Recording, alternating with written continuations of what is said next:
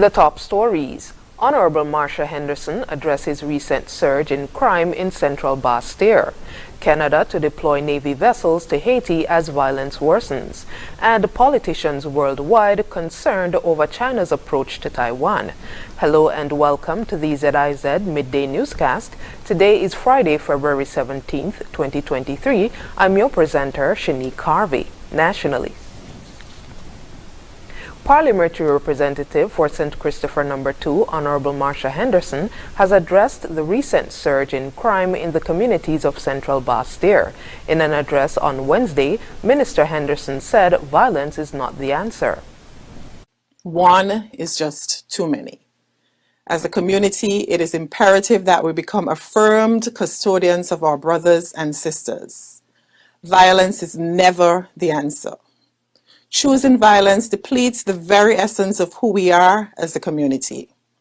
Today we are reaping the seeds of broken families, destructive socialization, and peer affiliations that encourage crime.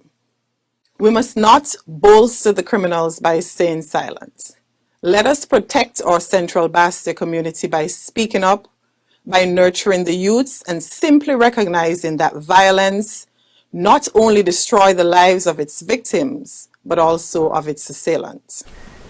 The address comes following the most recent shooting in which a security guard was shot and killed at the Irishtown Primary School. Minister Henderson made a call for the protection of the Federation's children. Due to the current criminalities that floored the Central Bastille community recently, the Irishtown Primary School remains closed until further notice. We must protect our children. They must not only be safe, but feel safe. A school is our children's second home, and there is no plausible reason why such a heinous act should occur in the vicinity of any school. She noted that the government is taking measures to combat and alleviate the rise of crime on the island and outlined some measures that have been crafted to assist in this endeavor. Arrangements have been made to provide additional security, particularly to the Central Bastille communities in the interim. We intend to embark on a series of town hall meetings where residents will get the opportunity to express their concerns and make recommendations as to how we can continue towards rebuilding a brighter and safer Central Bastille. I intend to do all that is necessary to ensure that Central Bastille continues to remain one of the best communities to live and to work. Minister Henderson used the opportunity to extend condolences to the families and friends who have lost loved ones during the current and unfortunate influx of crime in our community. Minister of Foreign Affairs, the Right Honorable Dr. Denzil Douglas, attended the 17th special meeting of the Council for Foreign and Community Relations, or COFCOR, in Nassau, Bahamas on Wednesday. This forum offered the opportunity to the region's top diplomats to realize one of COFCOR's main objectives to coordinate foreign policy. Discussions centered on key priorities for CARICOM, including food security, climate action, and financing for development. The ministers repeated the call for the transformation of the international financial architecture to create greater access to development funds and for multidimensional index that accurately reflects the realities of small island developing states, or ZIZ. Minister Douglas supported his regional counterparts in advocating for enhanced assistance in being able to move renewable energy projects to a bankable stage. Junior Minister of Gender Affairs, Honorable Iseline Philip, has expressed thanks and appreciation to the Taiwan ICDF for its generous support following her participation in the Empower Women Latin America and the Caribbean Forum held in Taipei, Taiwan by the Taiwan ICDF earlier this week.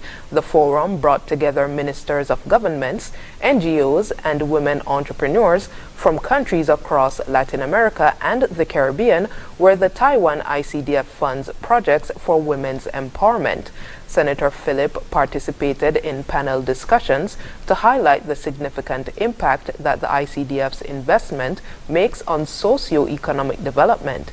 She also met with multiple ministers to advocate for continued investments in future cycles of the Women's Employment, Entrepreneurship, and Financial Inclusion Project. This ICDF-funded project helps to promote gender equality, stimulate economic growth, and reduce inequalities by giving women the tools and resources to self-determine and sustain their livelihoods. We move now to news on the regional scene. Canadian Prime Minister Justin Trudeau announced on Thursday that Canada will send Navy vessels to Haiti for intelligence gathering as part of efforts to quell worsening gang violence in the Caribbean nation. More in this France 24 report. Elbows deep in trying to help Haiti. At least that's how Justin Trudeau described Canada's commitment to helping the violence-stricken island. The plight of Haiti was a key topic at the annual Caribbean Community CARICOM Summit. Armed groups are committing murder, rape, and other gender-based violence, kidnapping innocent people and recruiting children to terrorize and subjugate people. Trudeau announced that Canada is deploying Navy vessels to Haiti to help local police with intelligence gathering on gang violence. He also said Canada is adding 2 more individuals to a sanctions list of 15 Haitians thought to be tied to gangs. In the midst of a massive power vacuum, with no elections since the assassination of President Jovenel Moïse, Haiti's beleaguered Prime Minister Ariel Henry has repeatedly pleaded for an international intervention on the island. And polls showed that nearly 70% of Haitians would be in favor of it. But neither Canada nor the U.S. have been willing to lead such an initiative, mindful of failures of previous international missions. The United Nations published a report on Haiti last week, with its top human rights official calling the humanitarian, economic, health and security crisis there a living nightmare. The way out of these multiple human rights crises must be owned and led by the Haitian people, but the scale of the problems is such that it requires the active attention and focused support of the international community. According to the UN, killings in Haiti increased by 35% last year, and the number of reported kidnappings have more than doubled. And finally, in regional news, the highly transmissible XBB 1.5 variant of COVID-19 has been confirmed on St. Lucia. We hear more in this report. The highly transmissible and vaccine-resistant variant of the COVID-19 virus has been confirmed in St. Lucia. Chief Medical Officer Dr. Sharon Belmar-George on Tuesday, February 16th, announced the presence of the aggressive XBB 1.5 strain of COVID-19 is in wide circulation in St. Lucia. The Ministry of Health, Wellness and Elderly Affairs has received confirmation from the Caribbean Public Health Agency of 12 cases of the COVID-19 subvariant XBB 1.5 in St. Lucia. This subvariant of Omicron has been circulating in China, the United States of America, the United Kingdom, and also other countries in the region. The cases are distributed in most districts in St. Lucia, although the northern and central regions of the country are most affected. We estimate that this variant is already widely distributed across the country at this point.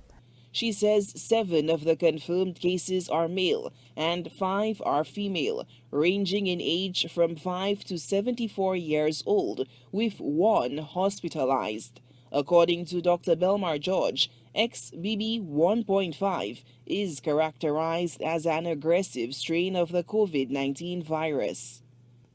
Based on its genetic characteristics and growth rate estimates, XBB 1.5 is likely to contribute to increases in case incidence. There is also evidence for increased risk of transmission, and it seems more resistant than earlier strains to antibodies, reinfection, and vaccines. Symptoms range from the typical cold symptoms, such as the cough, to shortness of breath, to cases that require medical attention.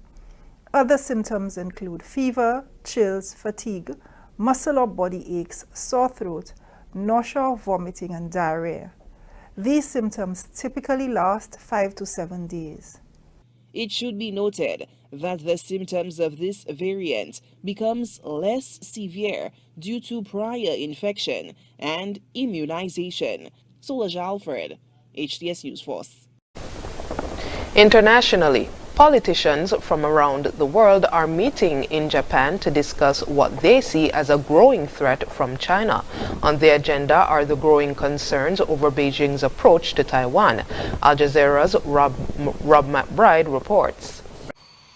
From their bases in Taiwan, fighter jets take to the skies as part of an exercise in readiness for warplanes coming from mainland China. Incursions by China's Air Force doubled in 2022, with Beijing determined to unite with what it regards as a renegade breakaway province. For Taiwan's president, Tsai Ing-wen, these threats are a reminder of why her government